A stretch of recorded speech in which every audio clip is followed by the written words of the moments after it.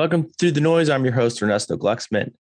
My next guest gave me a sense that the textile industry is probably on the verge of having to change the way they do things. I didn't realize how big the textile industry is. About 100 million tons a year of material is created in t-shirts and hats and things that we wear. And this company has a novel process of repurposing that material when you're done wearing the stuff. So let's get started with the show.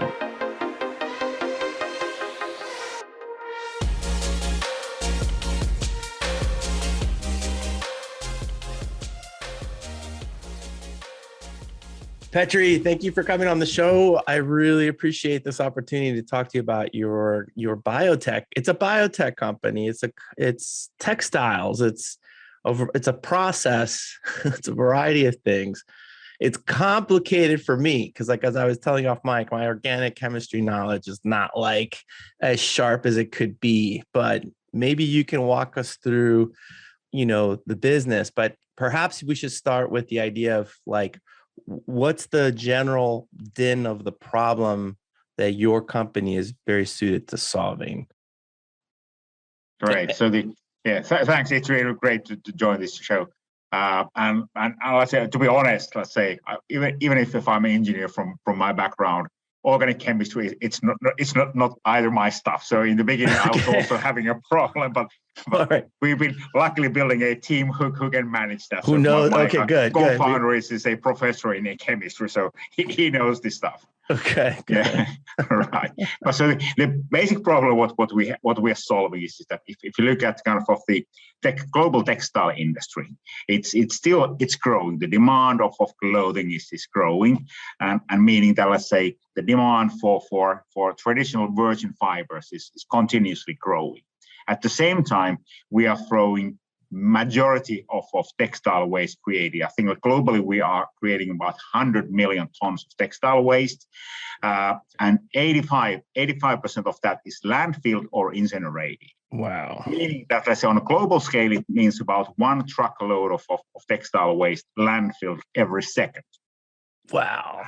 And somehow it doesn't really make sense that that's at the same time we are growing new fibers, we are occupying farmlands to grow cotton for people, or then manufacturing the fibers and throwing, let's say, all those resources back to the landfills where it's creating CO2 emissions and so forth. And now then, global textile industry is looking at new fiber solutions, new basic material solutions, which are creating most of the CO emissions on the global textile industry. And this is what we are solving, because we can take in, for example, textile waste, we can take in cardboard waste and turn that into brand new fibers, which are like cotton. I say it feels and looks exactly like cotton. So it's a true alternative for virgin cotton. And I mean, I should have said this right at the beginning, but in case anybody just clicked play on the show, but Petri Alava, you're the CEO and co-founder of Infinna Fibers, this company that is going to repurposing some of this stuff that is going to end up in the landfill and reconstituting it, reestablishing it as raw material for clothes. Yes, we call it regenerating the waste into new fibers. Okay. And why it's kind of meaningful is that, say, from the consumer's perspective, let's say, so-called recycling must be made easy. So we feel, our philosophy is that if the repurposing or reusing some old materials is difficult for a consumer, if the consumer needs to be making, if they need to be making compromise, that will not happen. So regeneration means that the consumer doesn't need to be making any compromise. So once you buy a T-shirt made from our Infinna fiber, it feels and looks exactly the same as it would be made from virgin cotton. Wow. Okay. And the quality is also the same. Okay. Before we dig into that space, let's just jump ahead a little bit. I'm just thinking, when I go here in Washington D.C., we have at least in the area I live, and we have we have the trash bin, and then we have a recycling bin, and the recycling bin, I used to just put a bunch of stuff in there thinking that somehow somebody knows how to sort it all out.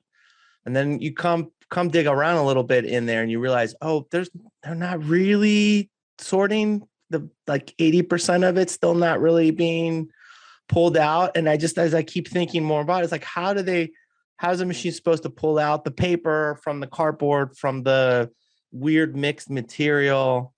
But are you telling me that if there was a third bin or just a process, when I buy a shirt, I could just take my old shirt, put that into it? That's easy, right? I don't have to think about that. And your process, you can take all the different types of shirts, fibers, materials, and you can regenerate that into the raw material for a new shirt. Is that true? The beginning of the story is right. So first of all, say if you look at Europe, say we do have different waste mentality. We have a system called source separation, meaning that typically the consumers are separating certain waste classes, like say bottles and cans, papers, cardboard, and textile waste is one of those what we are separating. Yeah. When it comes, let's say, to the next stage is that, let's say, it doesn't make any sense on let's say, putting everything into our process. Because, say, typically, if you look, let's say, kind of Central Europe and Germany or France, say, once you are sorting that waste you are getting in, say, about 10% of that textile waste is highly valuable. You find Gucci's and Burberry's, which have a very nice resales value, repurpose, reuse value. Mm-hmm. There's absolutely no sense on sending that to us. Whereas as we are using the kind of broken, let's say, purest quality textile waste in our process, because we are the kind of last opportunity for recycling it. Mm. And that's what we want. Whoa. Okay. So so like, I mean, my shirt might have more elastic or polymers, the pants have something else. I mean, are you able to take all mixed materials from the textiles and reprocess this, or is there's some sorting there that has to also be done? Yeah, so what we, let's say, primarily we want cotton rich. So okay. Yeah, meaning, let's say there should be, let's say, at least 80% of cotton. We can handle elastane, which is kind of a very commonly used fiber material or material in textiles because it's so comfortable to use. We can remove polyester, we can remove nylon, we can remove dyes. So it can be kind of mixed colors, it can be mixed materials, but just to, let's say, have the economy in place, then we want to be concentrating on cotton-rich materials.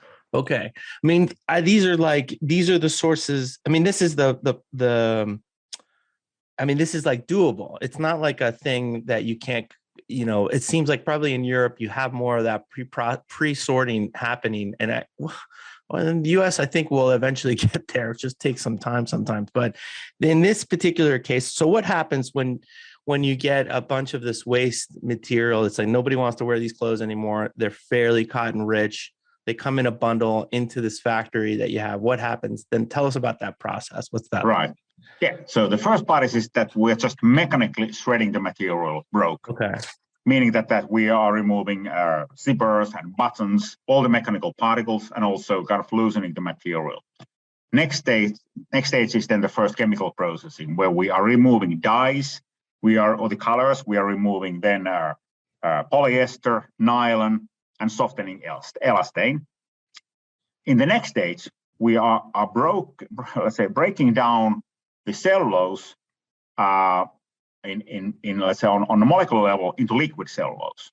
So we are creating liquid cellulose from the kind of purified cellulose what we were, let's say, getting earlier, and from that liquid cellulose, then we are regenerating by means of extrusion a brand new fiber. So the kind of important thing here is that on a molecular level we are breaking the waste into liquid, and from liquid we can then regenerate it a brand new fiber, which has on par quality with the virgin fiber.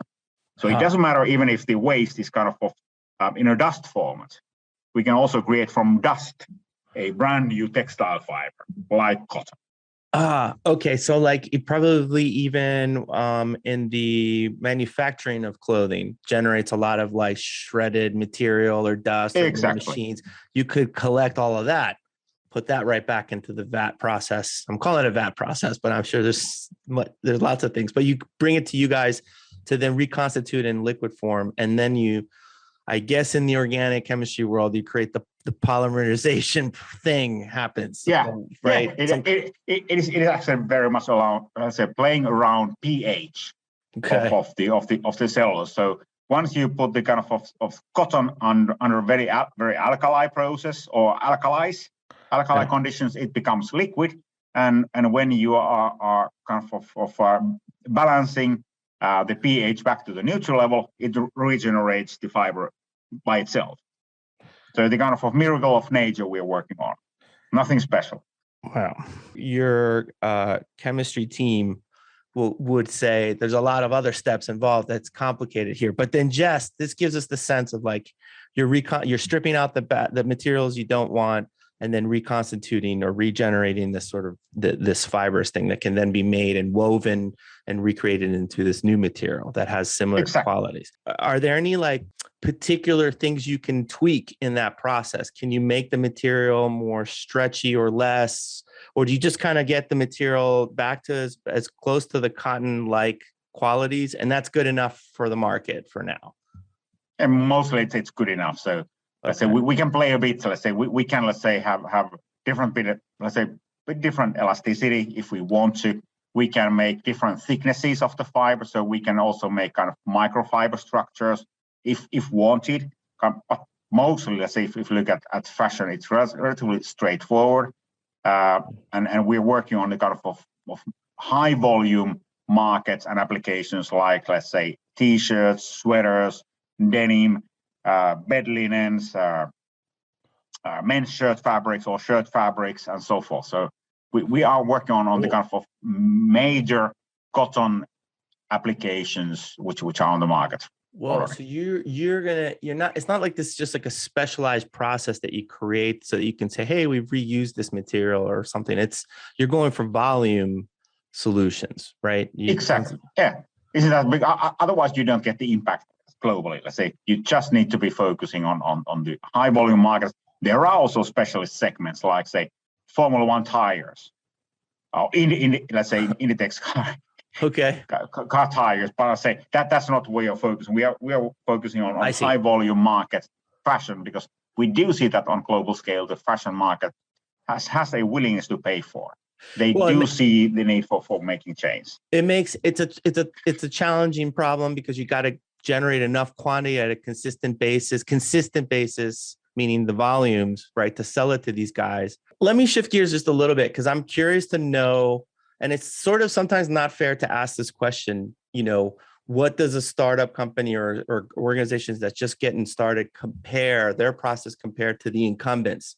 But let's just call the incumbent market as the raw material, growing the cotton and then doing what they do. But where does it compare today is one part of the question. And then the other part is like, where is the next inflection point for you in the business that you're in? So how do you compare to the old process today? And then where's the next hill to get to where this process is going to be more attractive?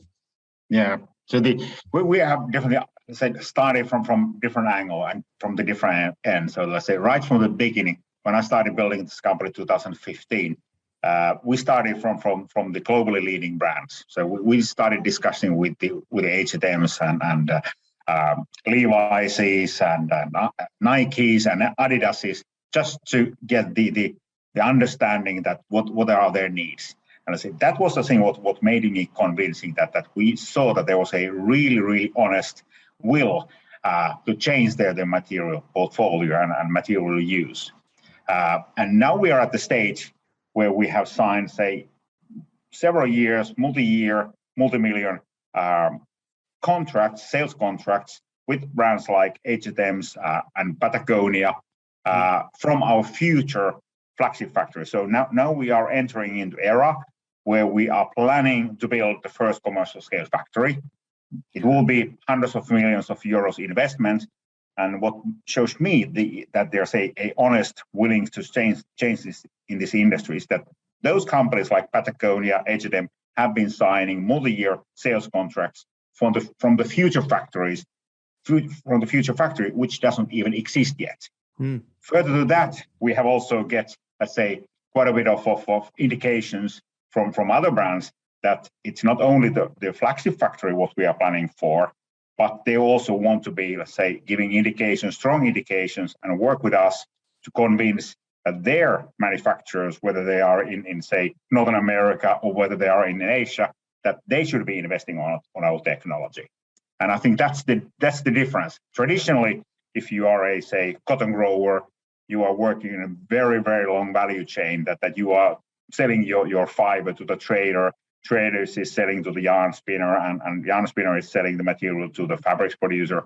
And then at the end of the chain is the brand company. But we have started from the other end.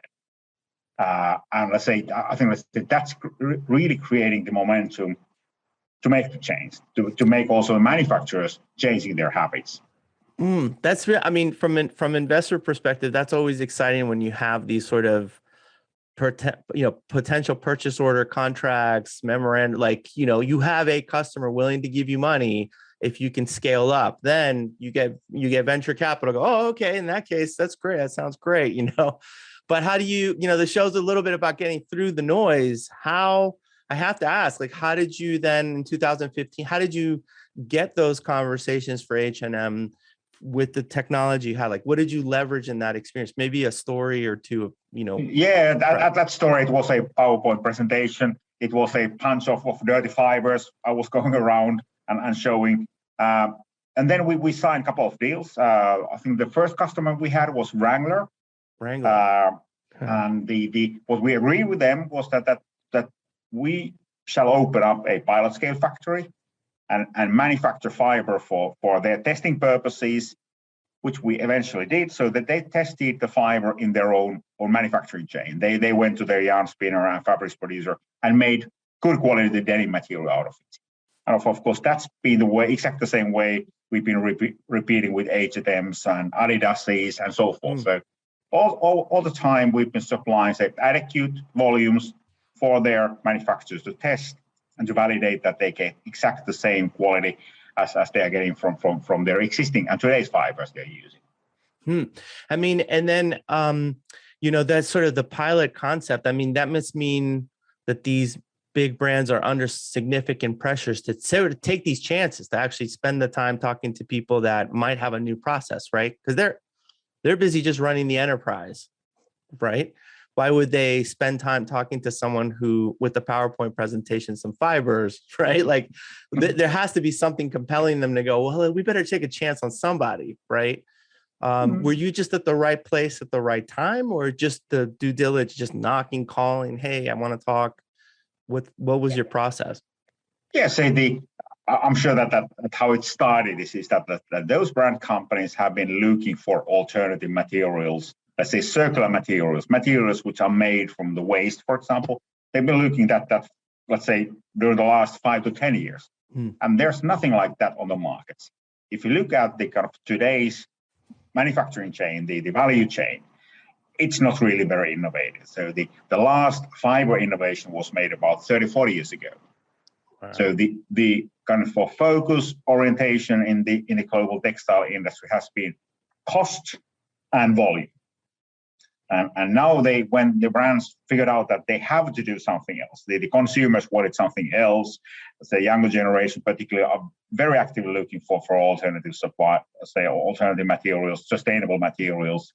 And they figured out that there simply doesn't exist those materials from their present suppliers. So that that made them convinced that they have to start looking at alternatives and have to start working with let's say, startup companies.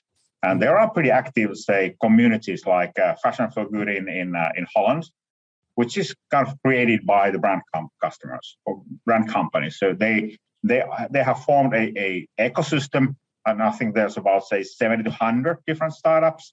Come again? 1,700. 70 to 100, yes. Oh, 70 to 100. Okay. Yes, yeah. Got it. And they're working, let's say, say some companies are working with, let's say, different coloring or let's say dyeing processes. Some have new materials.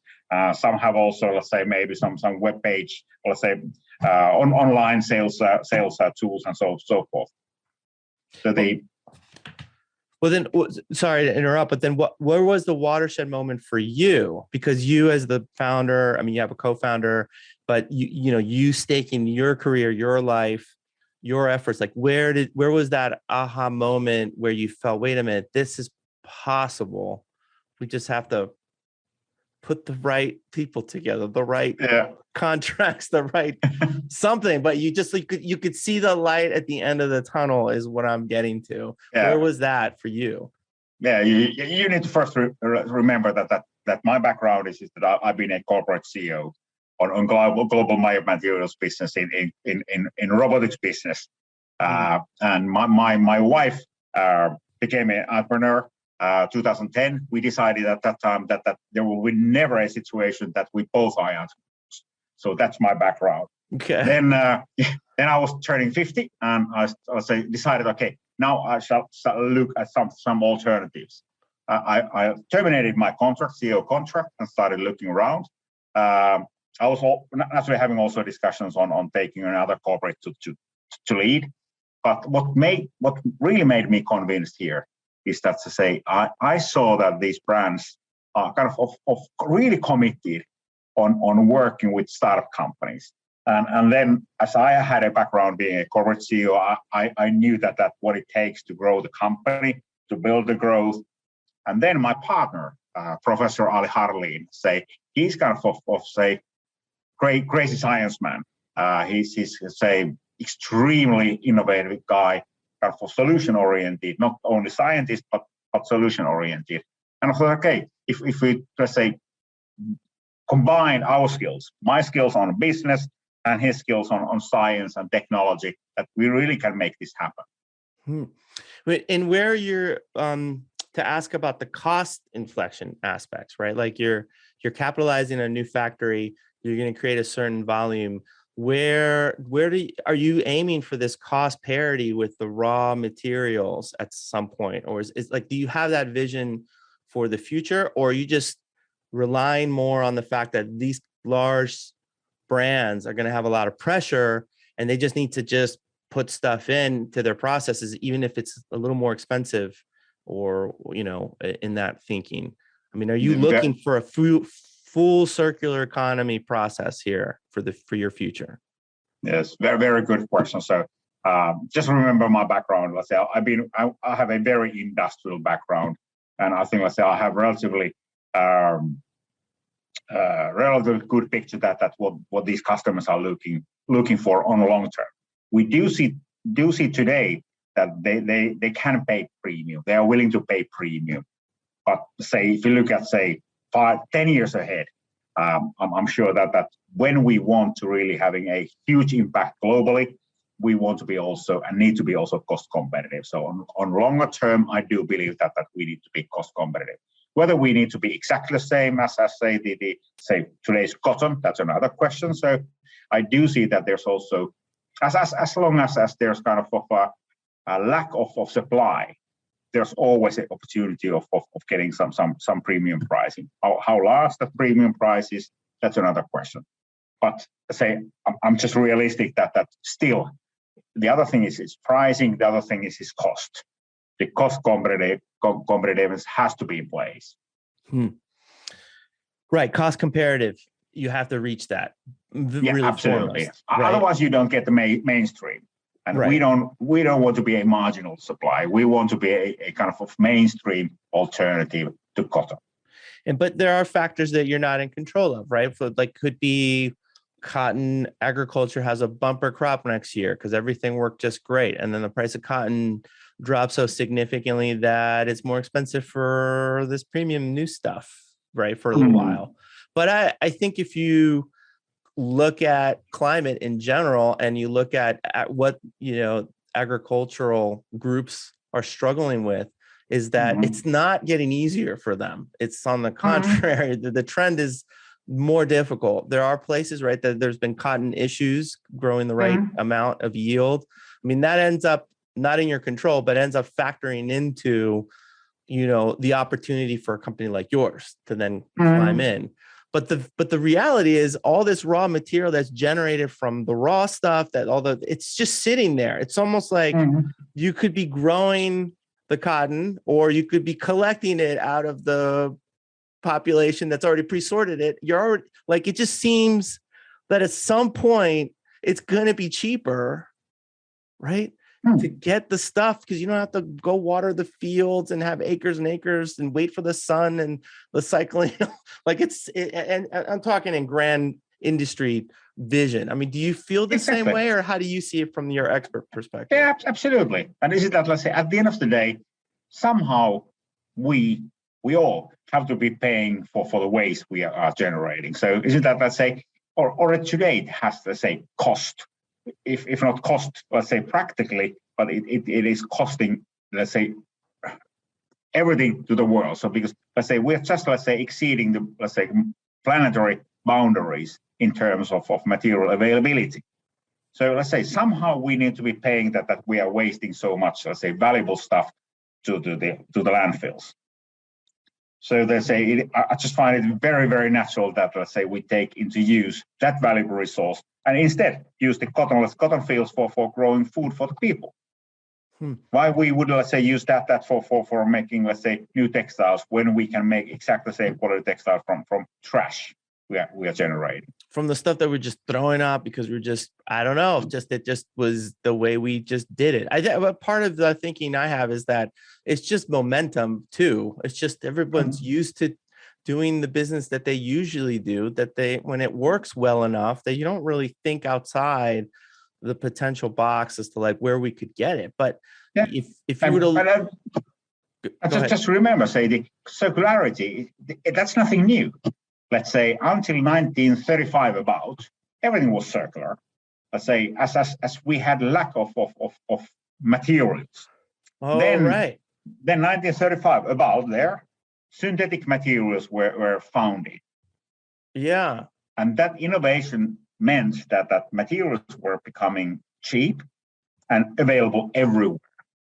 And now recently, if you look, let's say, it's the poverty which has been kind of equaling to the circularity. So people who don't have money, they have to be looking at circularity. What is changing now is that we, let's say, who have, let's say, pretty high wealthy in US, Finland, or Europe, let's say, we need to take the responsibility. And let's say, if you look at younger generations, particularly in Europe, they do believe that kind of circularity is a particular value they want to be striving for.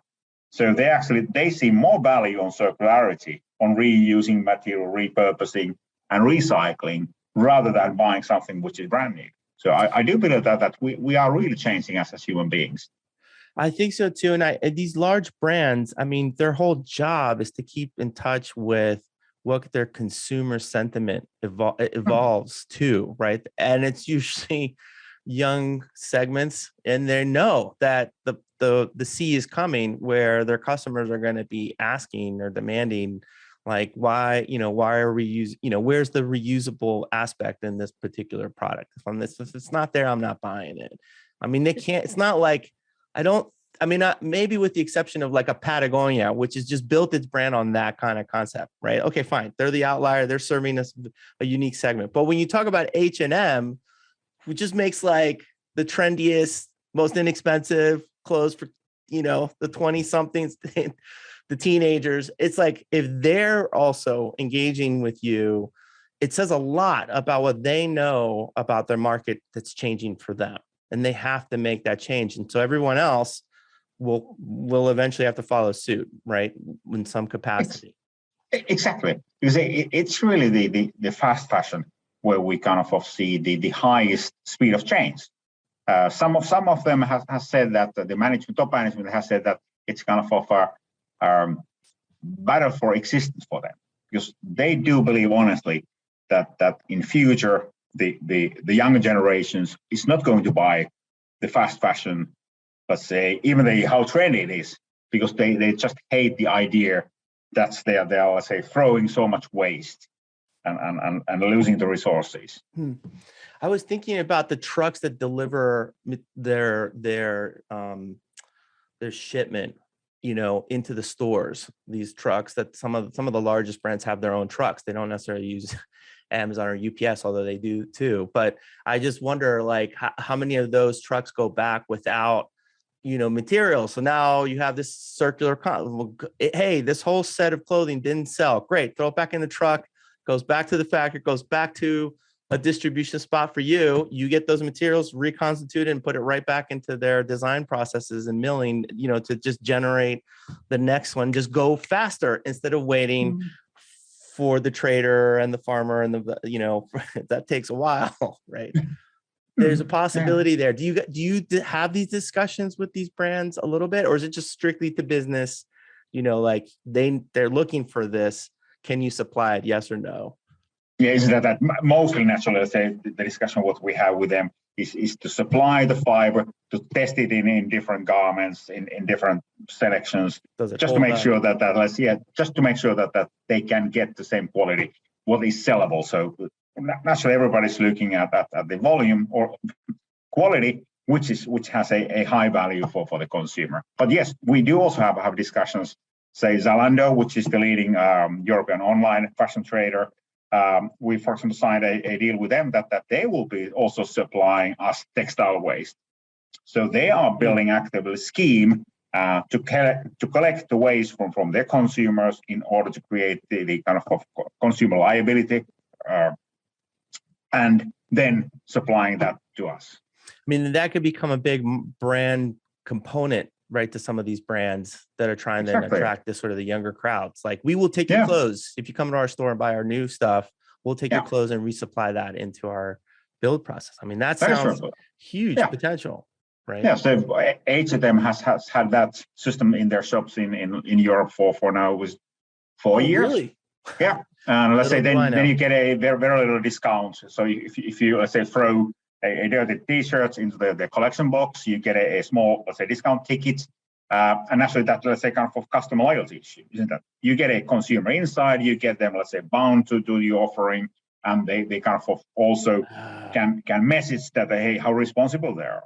Right. And then the customer also feels like they did something with that process, which is not that hard to do. Instead of just throwing the shirt away or trying to figure out where to donate it, just go. Exactly. Yes. Yeah. Man. This factory, can you tell us about it? How's that build out going, and where is it going to be? Do you like, is there a location specific to one of these brands? Yeah, we haven't, let's say, published yet that where it will be located in Finland, as a matter of fact. So let's say it kind of plays well with our philosophy on let's say repurposing something which doesn't exist anymore. So we've been looking actively for old pulp and paper mills. Let's say Finland has been definitely one of the world's leaders in the space of pulp and paper industry, and there's quite a number of old sites, old, let's say, mills, which have been, let's say, partially closed or totally closed, and those are the ones we've been looking at as the kind of we are speaking about the same chemistry. So let's say we can repurpose the wastewater treatment systems, and we can repurpose most of the, let's say, facilities. So that's also very important for us. Right, because it's going to be probably water intensive process, but so is all textile, right? So this is just the way it works. And are there areas of technology within this space that excite you in terms of its potential, assuming you can get to a certain scale, like assuming a certain volume out of your new factory? What can you get out of? Is there anything there that you? Yeah, so the factory what we're now planning for would have a capacity of 30,000 tons of textile fibers per annum. It doesn't tell much, but let's say it equals to 100 million T-shirts. Wow. And when you speak about, let's say, water consumption, that's one of the key benefits. What do you have with our kind of technology? Say for one T-shirt, you need about, say, 15 liters of fresh water. Whereas if you look at, say, cotton growing, let's say there are different statistics, but let's say roughly we are speaking about, say, minimum 500 to maybe even 1,000 liters of fresh water when you are growing cotton or using cotton. for the same T-shirt. Because of the other materials that get into the cotton fibers when the machines are grabbing. Is that no? Let's say cotton is very thirsty crop. It's very thirsty crop. And let's say as the cotton is grown, let's say what's happening on the cotton growing is that let's say it's been transferred into more and more challenging growing conditions. So let's say you need also artificial technologies to water the crops. Wow.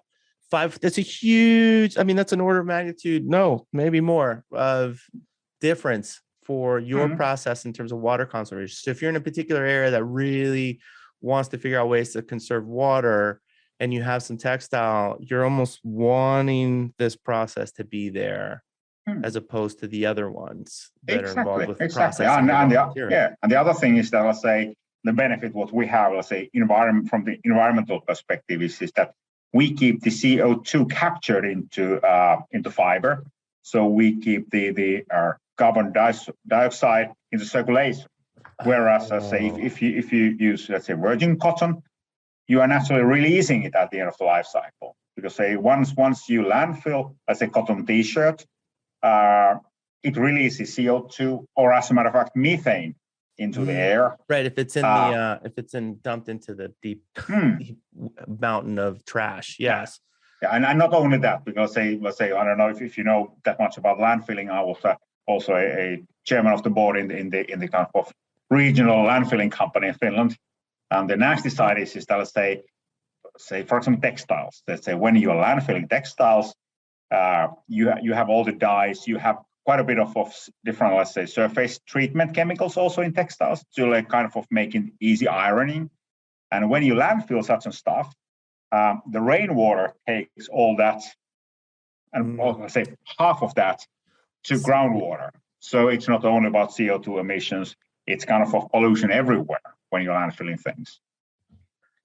Okay, so what makes this premium cost at the moment versus, given the fact that your process would reduce just the water usage alone is probably a huge expense. I mean, from I guess in aggregate, obviously, in aggregate of an industrial, like the quicker you can do this sort of circular process, it sounds like the more water we would save, the better we would just keep circulating the carbon and not releasing into the air that you captured from the materials, and you're not polluting groundwater as much.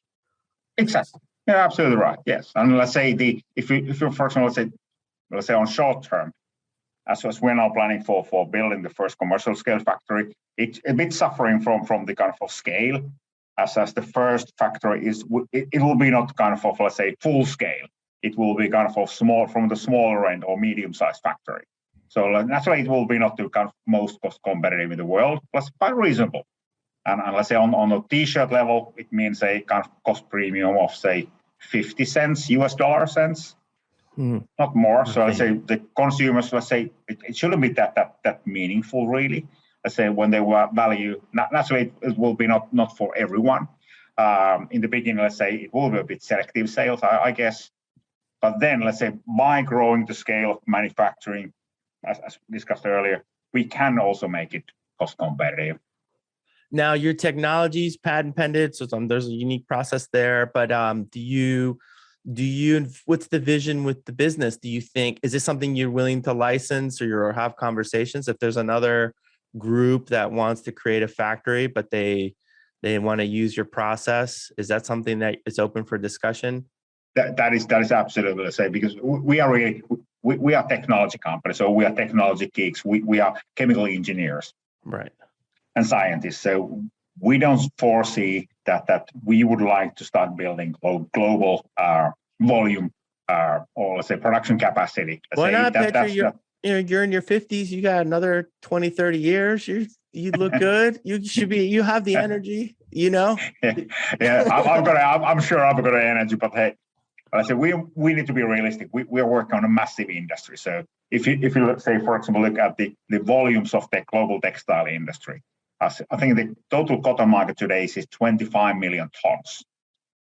The flagship factory has a capacity of 30,000 tons. So it's a fraction of the total market. So we don't want to be kind of we don't want to be, let's say, the barrier for the growth Right, and the getting bottleneck. the impact. Yes. Okay. Right. So of course, let's say we're happy to license the technology and to get the kind of industrial manufacturers into this game, take the benefit of the market opportunity we have created, take the benefit of the customers we have created, and then utilize that they have the power on investing, they have the knowledge how to run industrial processes. So let's say why not? That makes win-win sense for everyone. So this factory you're opening up, this 30,000 tons a year, this is almost like a working model, proof of concept. Like it works here. You can come visit it. You can walk through it. This is how it's done. Yeah. How many do you want to build in your part of the world? Yeah. Great. Or Let's actually, help you get there. Yeah. How we do see it is that we have created now a massive demand. The demand, which is much more than what the capacity of this first factory is. But let's say we want to be, let's say, through that investment, it will be a massive investment for growth company like we. But let's say we can fulfill certain amount of the demand we have created, as we have seen that the industry quite yet hasn't been, let's say, willing to invest. They've been, let's say, hesitant, most likely because of the heritage. They say this industry has not been innovative, and they are kind of a bit afraid of new technologies. They are, let's say, probably feeling a risk factor related to technology and demand. And with this factory, this investment, we can show that the market the business is feasible, and also kind of provide to the brand customers fiber so that they can start working on the commercial markets as soon as possible. Do you see this happening in the US? I mean, the regulatory environment is very different, right? But I mean, how do you feel just having general conversations that in your world about, taking this kind of technology into the US? Yeah, absolutely. We see it realistic. We definitely do see that the US-based brands have a honest interest on the new materials, Infinna fiber, what we have. And there's also industry existing. And what is interesting is that, let's say, US is probably the biggest waste generator in the world. So the availability of feedstock, it's really splendid. You're making me feel bad. Yeah. But is it that, let's say, at the end of the day, when you're using waste as a feedstock, it's a local issue. So you need to be finding the resources local, and that's the strength of the US. That's that you have, let's say, access to great amounts of cardboard waste, which is another feedstock for us. Paper waste. Oh, you could take that waste too. You could take that. Absolutely. Too? Yes. Yeah. Okay. And that right feedstock in the terms of industrial processes, raw material that goes into the product, not feedstock to the which you feed the pigs necessarily, right? That's what we're talking about. No, but yeah, let's say waste for for producing new fibers, regenerating new fibers. What you're saying is in the US, we have a massive area for room to improve. We can improve quite a bit. Yeah, if you look at, let's say, the history, cardboard is a good example. Say for years and years, US used to be the largest and biggest exporter of cardboard waste to China. Mm-hmm. China was banning that. And let's say now it's maybe going, or some is going to India maybe nowadays. But let's say there's a lot of room to grow and take the commercial benefits. So why to kind of ship it cheaply out when you can, let's say, create a nice industry around it? How much of this process you have is automated? It's just sort of machine moving the products around. It's a chemical process. Okay. So it's kind of, let's say, it's fully automated. Naturally, you need to have some people to control the process. Sure. But as such, it's a chemical plant. And what's the square footage of this new 30? Like, how much space do you need for 30,000 tons a year to process? Yeah, the factory will occupy 15 hectares of space. Okay, I'll have to convert that into. I think, let's say, one hectare is 100 meters times 100 meters. Okay, so 15. Wow, not that huge. Not that huge, no. Wow, Petri, and then I mean, I guess let me ask you this last question. In all the businesses you've been involved in, is this the one that looks to be the most promising for you to keep you coming back for more? Is this the interesting one, or do you love them all equally? You're here now.